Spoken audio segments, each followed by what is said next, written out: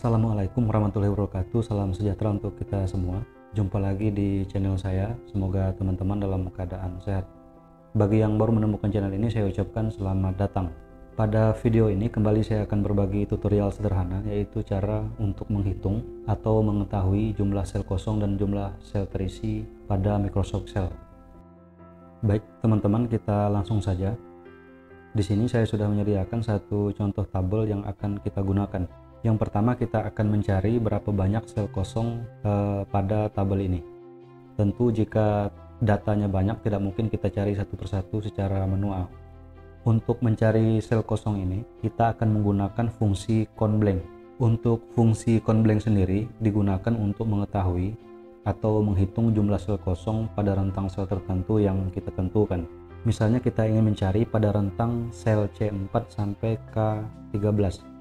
Atau misalnya kita hanya ingin mencari rentang sel dari C4 sampai C13 dan seterusnya. Sebagai contoh di sini kita akan mencari berapa sel kosong pada kolom C4 sampai C13. Kita klik di sini, kemudian kita ketik sama dengan, kemudian kita masukkan countBlank, kurung buka, kemudian kita tarik mulai dari C4 sampai C13.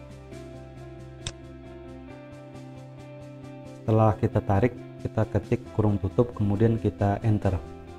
Setelah kita enter, muncul angka 1, yang artinya pada kolom jenis kelamin ini ada satu sel yang tidak terisi atau kosong.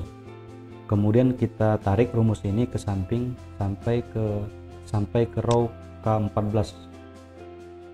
Setelah kita tarik ke samping rumusnya, sekarang sudah muncul pada kolom mana saja yang ada selnya yang belum terisi. Misalnya pada kolom N3 ini ada 2 sel yang belum terisi, kemudian pada kolom N5 ada 2 juga, dan pada N7 ini ada 1 sel kosong. Selanjutnya kita akan mencari secara keseluruhan mulai dari C4 sampai ke kolom K13. Kalau tadi kita mencarinya berdasarkan kolom, kemudian sekarang kita mencari secara keseluruhan. Rumusnya sama, kita masih menggunakan fungsi countBlank. Kita ketik sama dengan, kemudian countBlank, kurung buka, kemudian kita tarik mulai dari C4 sampai K13. Kemudian kita masukkan atau kita ketik kurung tutup dan kita enter. Sekarang sudah muncul jumlah ada berapa secara keseluruhan kolom yang belum terisi atau kosong. Kalau kita cek berdasarkan jumlah sel kosong per kolom dengan hasil keseluruhan, maka jumlahnya cocok. Dengan menggunakan fungsi atau rumus countBlank ini, kita akan lebih mudah untuk mengetahui sel mana saja yang kosong. Selanjutnya kita akan mencari ada berapa jumlah sel yang terisi pada tabel ini. Untuk mencari atau mengetahui jumlah sel yang tidak kosong atau terisi, kita akan menggunakan fungsi konta. Fungsi konta ini merupakan kebalikan dari fungsi countBlank. Untuk fungsi konta ini digunakan untuk menghitung jumlah sel yang tidak kosong atau terisi pada sel tertentu. Misalnya kita akan mencari sel C4 sampai C13 ada berapa sel yang sudah terisi.